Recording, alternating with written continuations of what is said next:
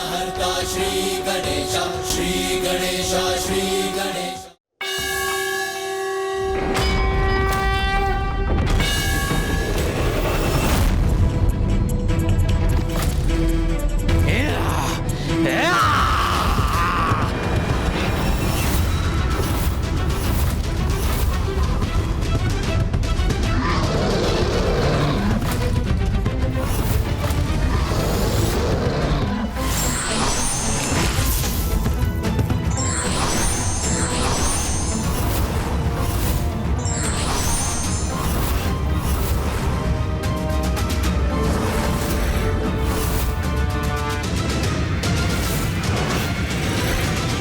उचित कहा था माता ने। अब ये दुष्ट पीछे हटकर अपनी मृत्यु की ओर बढ़ेंगे और वही हो रहा।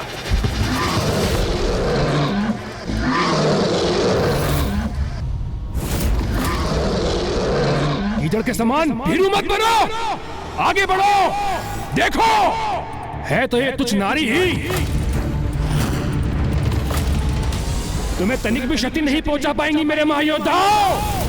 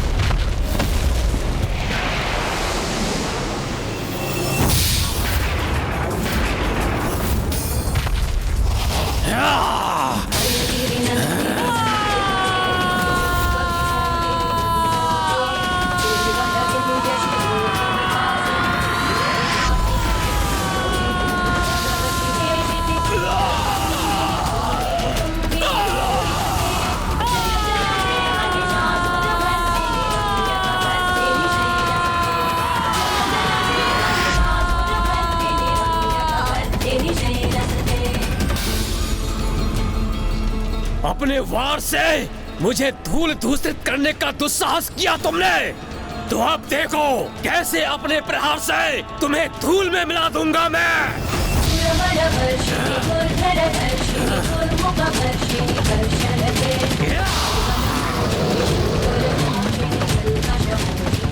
वो तो तुम तब करोगे ना दुष्ट, जब मैं तुम्हें प्रहार करने का अवसर दूंगी।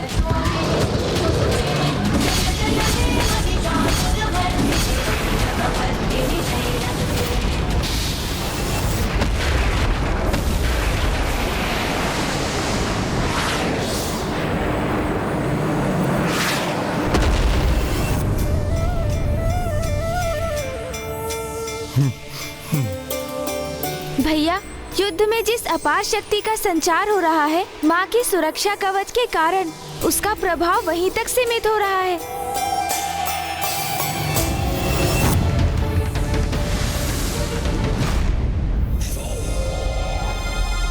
धिक्कार है इस असुर महायोद्धाओं को, एक तुच्छ नारी को रोकने में असमर्थ हो रहे हैं ये।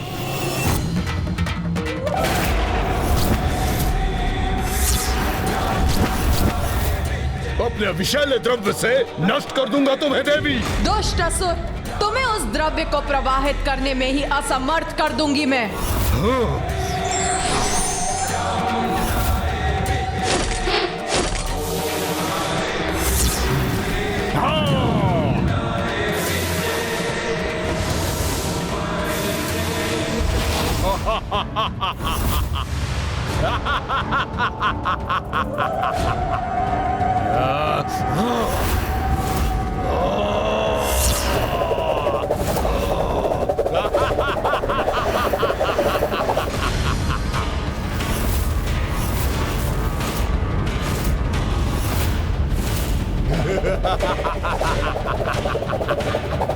इतनी तीव्र गति से अपने दोनों मुख गतिमान करूंगा मैं कि तुम लक्ष्य साध नहीं सकोगी, किंतु मैं अपने घातक द्रव्य से तुम्हें भस्म करूंगा।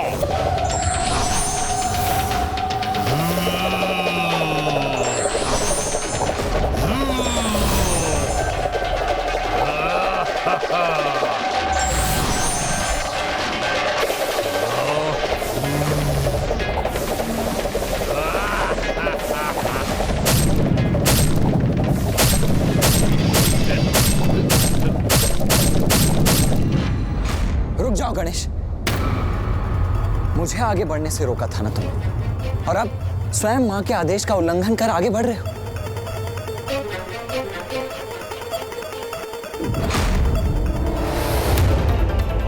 नहीं भैया, माँ का आदेश तो मैं कदापि नहीं भूला, किंतु हम इन दुष्टों के वध के उपाय माँ को बताना अवश्य भूल गए हैं।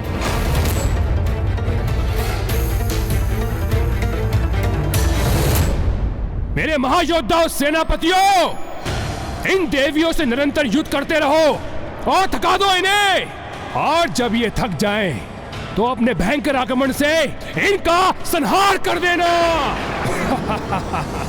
तुम्हें अपनी भुजाओं के जाल में बांध लूंगा मैं। ये क्या? मुझे कुछ दिखाई नहीं दे रहा। है क्या ये? तुम्हारी भुजाओं को अपने त्रिशूल से बांध दूंगी मैं, अक्षम्य कर दूंगी मैं तुम्हें।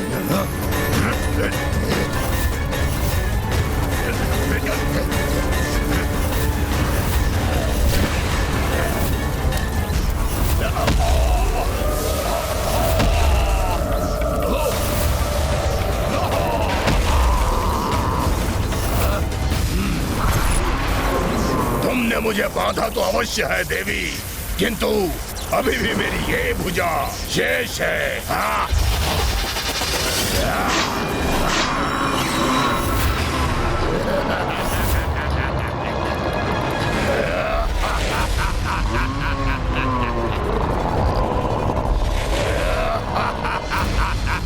आश्चर्य, इसकी भुजा इसके तन से विलग होकर पुनः उत्पन्न हो गई। स्तब्ध रह गई ना तुम देवी, कुछ नहीं कर सकोगी मेरा, कुछ नहीं, कोई भी क्षति नहीं पहुंचा सकोगी मुझे। मुझे शीघ्र जाकर माँ को इनके वध का रहस्य बताना ही होगा, अन्यथा ये असुर ऐसे ही समय व्यर्थ करते रहेंगे और सूर्यास्त का समय हो जाएगा। किंतु प्रथम पूज्य गणेश जी, माता ने हम में से किसी को भी युद्ध भूमि में जाने और अस्त्र शस्त्र धारण करने से मना किया, तो फिर आप वहां कैसे जाएंगे? देवराज इंद्र का कथन तो सर्वथा उचित है। मुझे ही कोई युक्ति सोचनी होगी जिससे माँ के आदेश का उल्लंघन भी ना हो और उन तक पहुँच भी सकूं। देखो देवी, देखो, मैंने अपनी भुजाओं को स्वयं से विलग कर तुम्हारे बंधन से मुक्त करवा लिया है स्वयं को। आकाश की ओर बढ़ूंगा तो ये कैसे वार करेगी मुझ पर?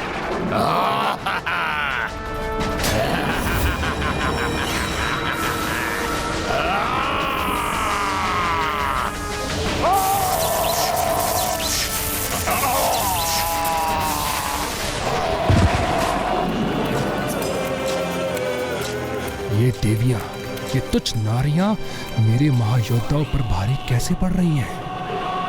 नारी की शक्ति का उचित परिचय प्राप्त हो रहा है इन दुष्टों को, ज्ञात हो रहा है इन्हें। नारी का अपमान समाज और व्यक्ति दोनों के विनाश का कारक बनता है।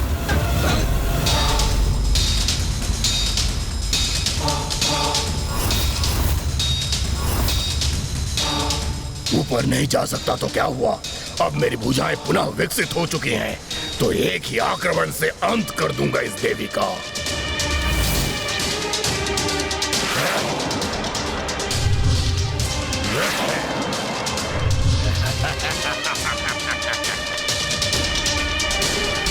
इस प्रकार तो आज ये युद्ध समाप्त ही नहीं होगा। मुझे कोई तो मार्ग निकालना ही होगा। मेरी देश सेना का कोई भी सदस्य युद्ध करने के लिए आगे नहीं बढ़ेगा और ना ही अस्त्र उठाएगा।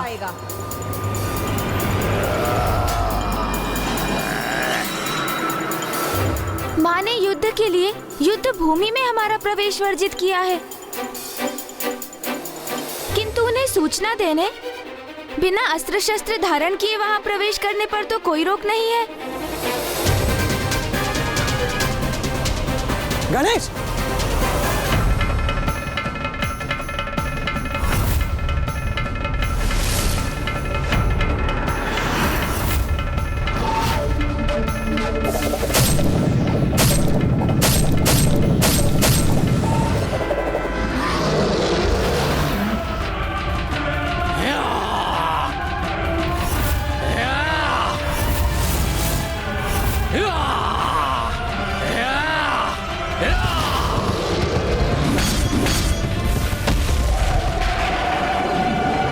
मुझे शीघ्र माताओं तक पहुंचना होगा।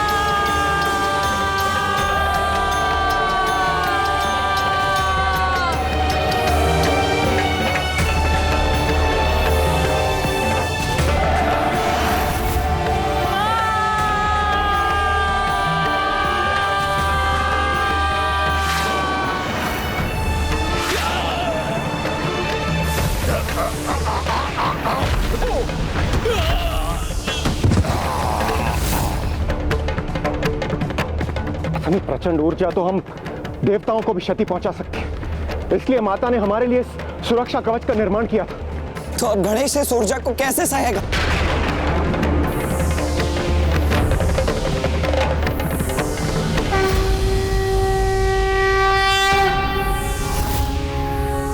माँ का आंचल ही मेरी रक्षा करेगा।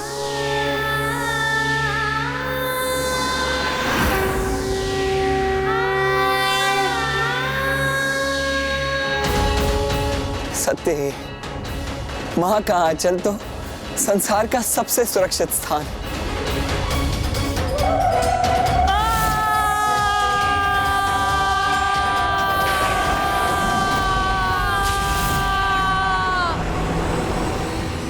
उत्तम, अति उत्तम। बहुत आनंद आ रहा है मुझे इस क्रीड़ा में। तुम कितने भी प्रयास कर लो देवी, किंतु मेरे असुर सेनापतियों का वध नहीं कर सकोगी। देख लो।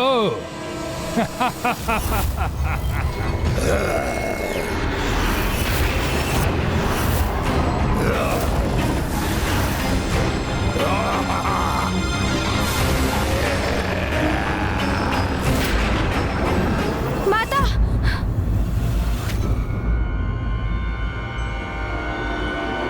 माता, इस अष्टभुज असुर विश्चल बुद्धि के 3 हृदय हैं और इसे वरदान प्राप्त है कि जब इसके तीनों हृदय एक साथ नष्ट होंगे तब इसका भी अंत हो जाएगा। माता,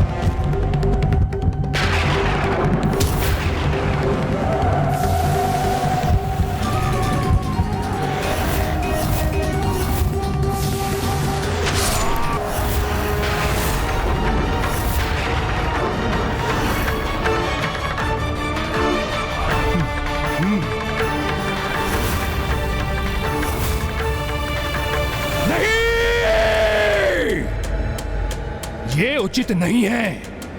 कैसे ज्ञात हुआ उस देवी को विशाल बुद्धि का भेद?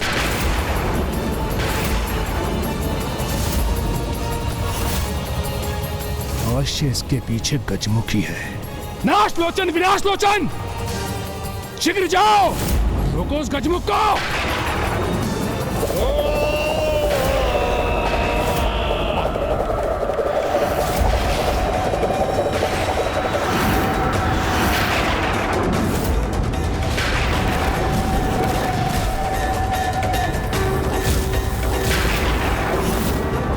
आगे नहीं बढ़ने देंगे हम गजमुख। अपने प्रहारों से यही रोक देंगे तुम्हें।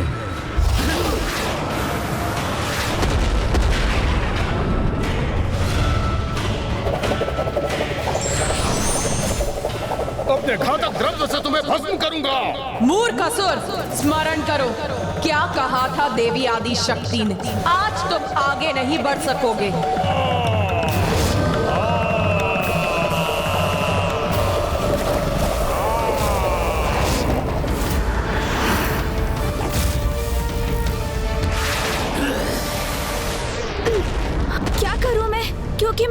श्वास भी ली तो ये दूर जाकर गिरेंगे। क्रोध भरी दृष्टि इन पर डाली तो उसमें भस्म हो जाएंगे। यदि तीव्र वेग से यहाँ से प्रस्थान किया तो उसके प्रभाव से ही मिट जाएंगे ये। किंतु ऐसा होते ही मैं भी इस युद्ध का सक्रिय भाग बनकर माँ के आदेश का उल्लंघन कर बैठूंगा, जो मैं कदापि नहीं कर सकता। इसलिए मुझे इन दोनों को थकाकर ही रोकना होगा।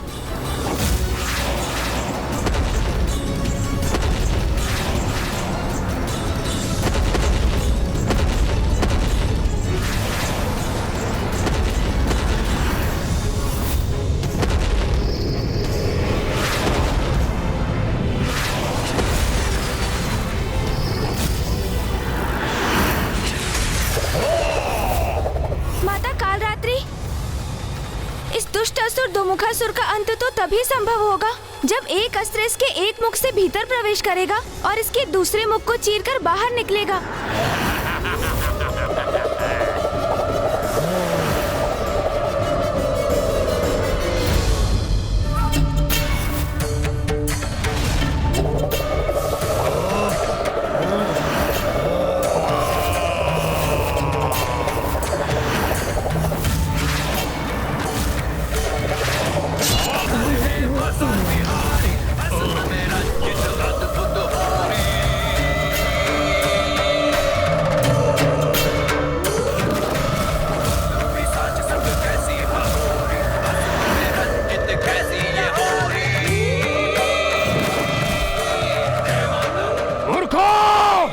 मेरे आदेश का पालन करो, रोको उस गजमुख को।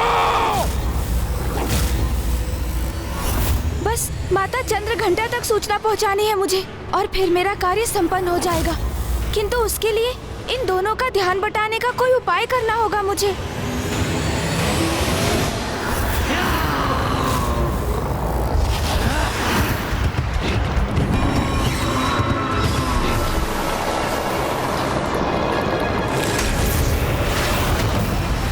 दुष्टों के लिए यही युक्ति उपयुक्त है।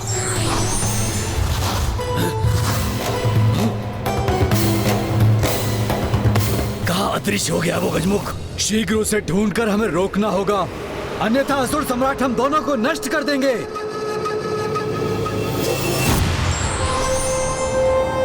अब मैं इन्हें भ्रमित कर एक दूसरे से ही उलझा देता हूँ।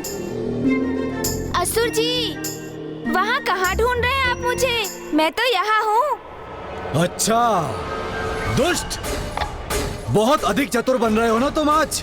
दुष्ट, चतुर, ये क्या कह रहे हो भ्राता? उचित कह रहा हूं मैं। दुष्ट चतुर दोनों उचित हैं। ओह, समझा।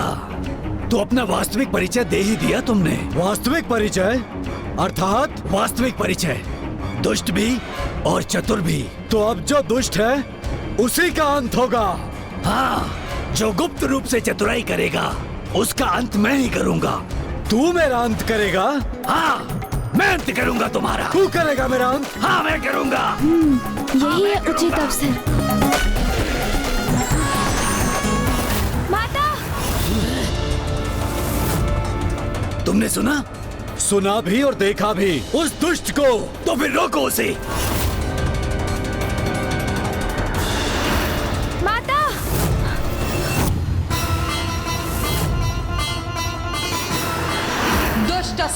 तुम्हारा अंत खींच लाया है तुम्हें यहाँ। माता!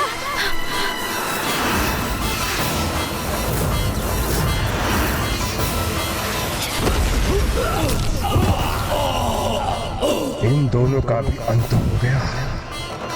माता, उस दुष्ट अभेदी का अंत तभी हो सकता है जब आप उसे कीचड़ में डुबाकर उस पर प्रहार करेंगी माता चंद्रघंटा। धन्यवाद पुत्र गणेश।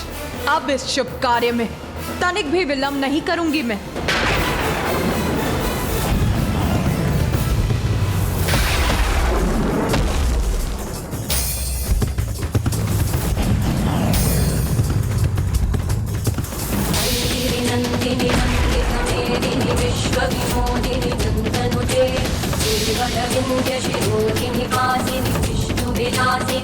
मुझे कुछ करना होगा। जय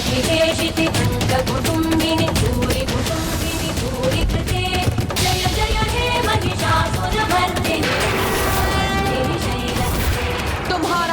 होगा कि तो उसके पूर्व तुम अपने अंतिम सेनापति का अंत तो देख लो।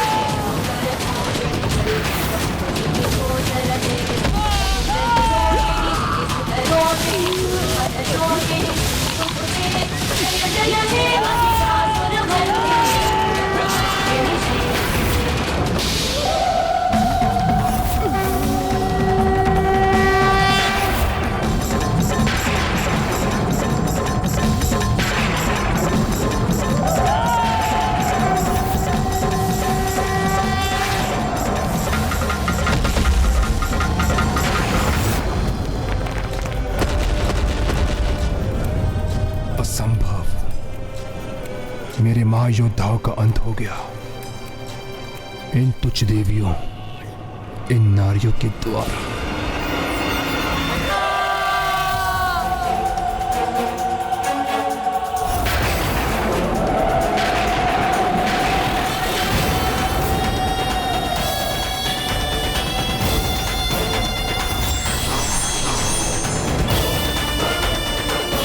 कहा था ना मैंने, ये तीनों पीछे हटकर अपने काल से भेंट करेंगे।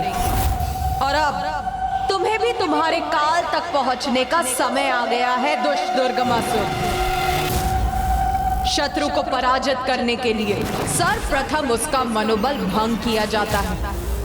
मुझसे भूल हो गई। मुझे सर्वप्रथम इस देवी का मनोबल खंडित करना चाहिए था, किंतु वो तो मैं अब भी कर सकता हूँ। तुम तुच्छ नारियों की यही तो दुर्बलता है। एक दो तुच्छ सफलता प्राप्त करते ही उनका दम कर लेती है और स्वयं को अत्यंत योग्य समझने की भूल कर बैठती है। मूर्ख असुर, तुम्हारे समान अहंकार के मध्य में डूबने की असुरी प्रवृत्ति नहीं है नारी की।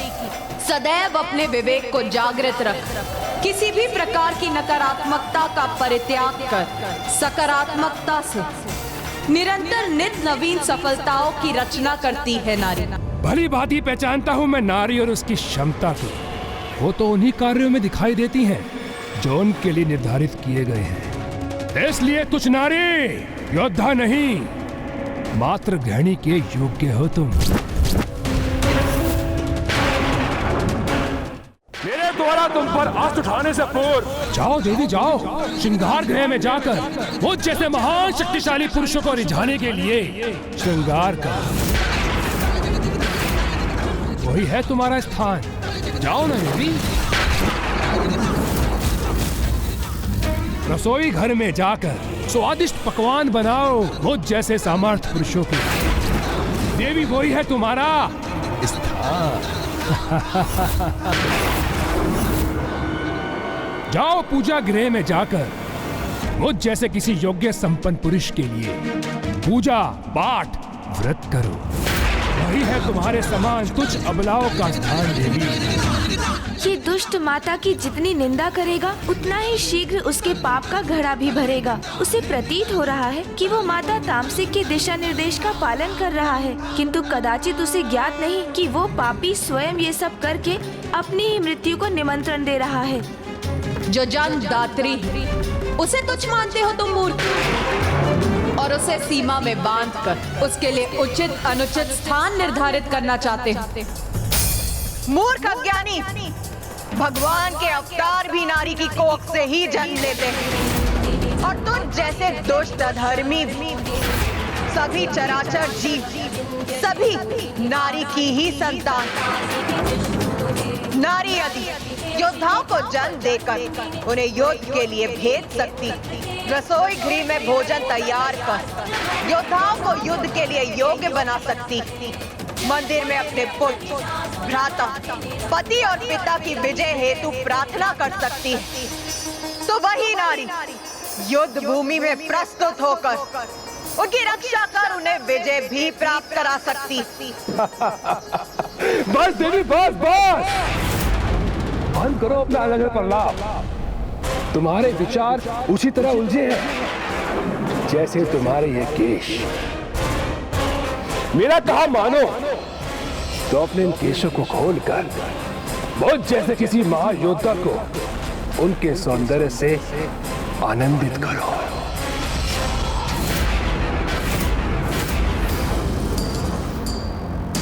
आनंद की प्राप्ति तो ज्ञान से ही संभव है मूर्ख। बिखरे हुए केश ज्ञान के नहीं, उसके बिखराव और उलझाव के ही प्रतीक। और मेरे जूड़े में बंधे केश उस अनंत ज्ञान के भंडार की, जो स्पष्ट, स्थिर, सत्य और किसी भी प्रकार का भ्रामक उलझाव से परे है। इसीलिए इसके दर्शन ज्ञान पाने की लालसा रखने वालों को ही होते हैं, नारी को भोग की वस्तु समझने वाले असुरों को नहीं। इसीलिए उसके दर्शन भी अत्यंत दुर्लभ, और जो अपनी योग्यता सिद्ध करते हैं वो मेरे जूड़े के दर्शन का परम सौभाग्य प्राप्त कर सीधे परमात्मा से जुड़ाव स्थापित करते हैं।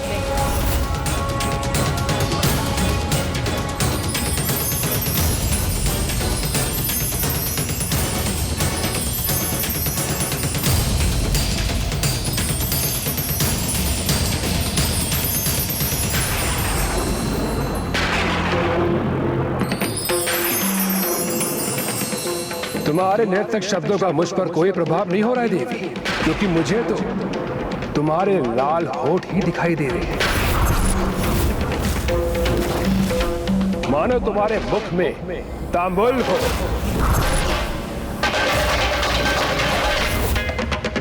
तांबुल और सुपारी तो मंगल और लक्ष्मी का प्रतीक होते हैं, किंतु तुम्हारे भाग्य में अब न मंगल है और ना ही लक्ष्मी। उचित कहा था माता तामसिक ने, मनोबल खंडित होगा तो इस देवी का क्रोध जागृत होगा, जिससे ये उत्तेजित होकर कोई ना कोई भूल अवश्य करेगी। इसलिए मुझे अभी नहीं रुकना चाहिए, इसके लिए और अपमानजनक शब्दों का प्रयोग करना चाहिए। देवी देवी देवी, इस प्रकार उत्साह में आगे मत बढ़ो, कहीं तुम्हारी पतली कटी बल ना खा जाए।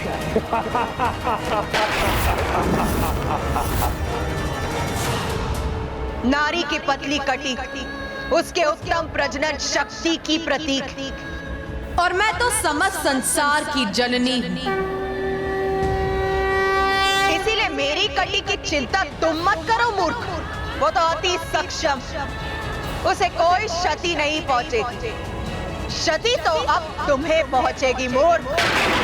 खंडित यदि कुछ होगा तो वो तुम्हारा अहंकार, दुष्ट दुर्गमासुर। अहंकार तो भी तुम्हारे मुख पर झलक रहा है देवी, तभी तो इस युद्ध भूमि में लोक कवच नहीं अपितु स्वर्ण आभूषण धारण करके आई हो तुम। तुझ नारी